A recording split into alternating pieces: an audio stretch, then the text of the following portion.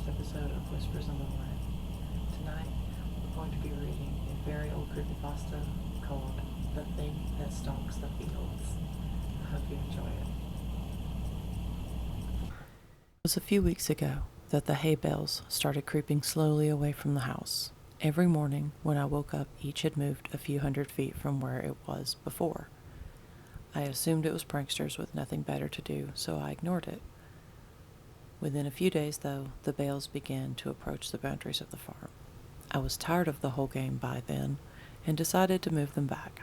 It took a tedious hour to bring them all from where they were to over near the house again, and by the time I was done, I was ready to snap the neck of whatever little pissant was deciding to screw with me. The next morning, I found each and every one of my horses messily decapitated. The smell was what woke me up. Each one slumped over against the side of its stall. There were no signs of the heads. I spent the day cleaning up the mess and burying the remains. It was only when I was done that I noticed the bales of hay had all returned to the positions from the day before, scattered far out into the fields. This time, I left them where they were. That night, I sat on my porch with my shotgun in hand and a pot of coffee on the table beside me. I sat for hours, straining my eyes into the fields to catch a glimpse of who was moving my hay bales. Finally, I was beginning to nod off.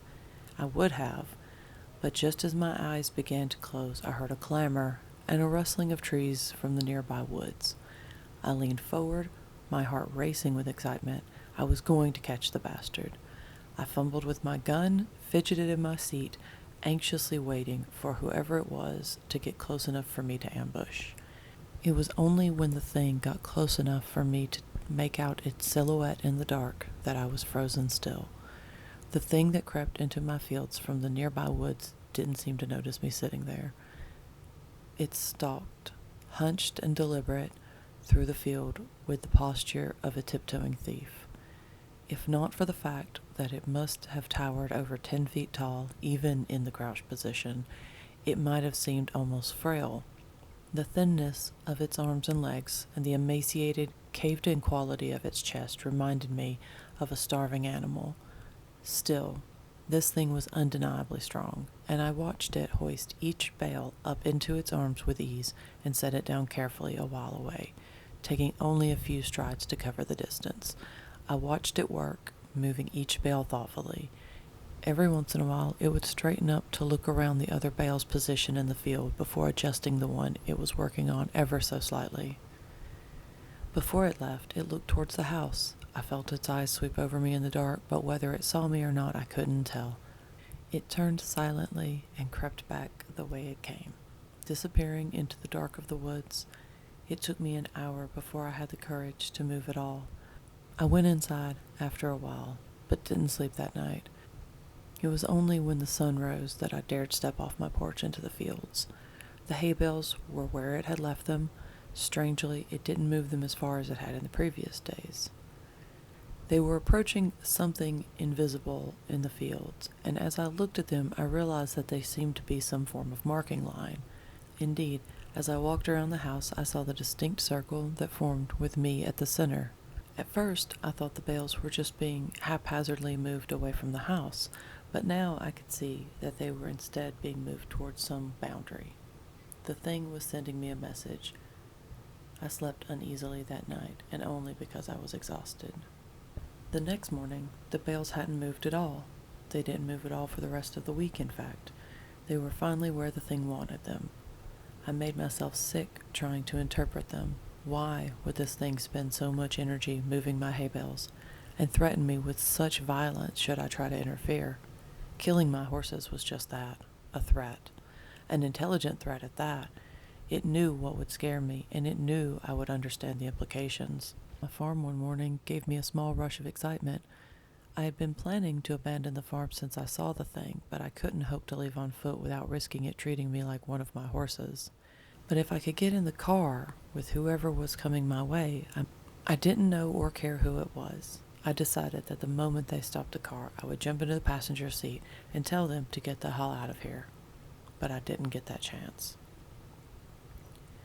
The car worked its way slowly along the road, trundling across the uneven ground. I urged it silently to hurry. It was when it passed between two bales placed on either side of the road that I began to hear a booming clatter from the woods. The thing burst suddenly from between the trees, sprinting on all four of its terrible gangly limbs towards the car. Within a few seconds it was there, pouncing on the automobile like a predatory cat. Within moments it was picking and peeling the vehicle's steel frame apart, working to get to the driver. The man, whoever he was, screamed all the while, and I could even hear them over the crunching metal and shattering of glass. It was only when the thing crushed him carelessly in its hand that the screaming stopped. It tossed him away and straightened to look at me once again. In the sunlight, I could see the inhumanity of it. It was composed entirely of something awful and alive, which was lashed together in a messy semblance of a human form. My eyes wandered to where the car sat, the engine still sputtering between two of the bales of hay. Suddenly I understood. The message was clear. I am this thing's captive, and I am not allowed visitors. Nothing may cross the border it set. I'm trapped here by the thing that stalks the fields, and it demands nothing except that I never leave. Still, I don't know if I can handle being that thing's canary. I've been thinking hard for the last few days since I saw it crush that man's chest and silence him before he could even finish his scream.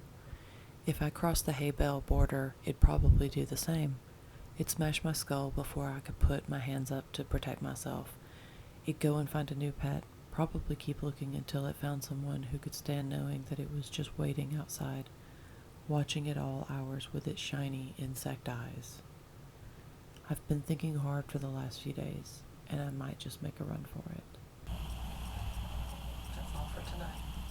We'll see you next time.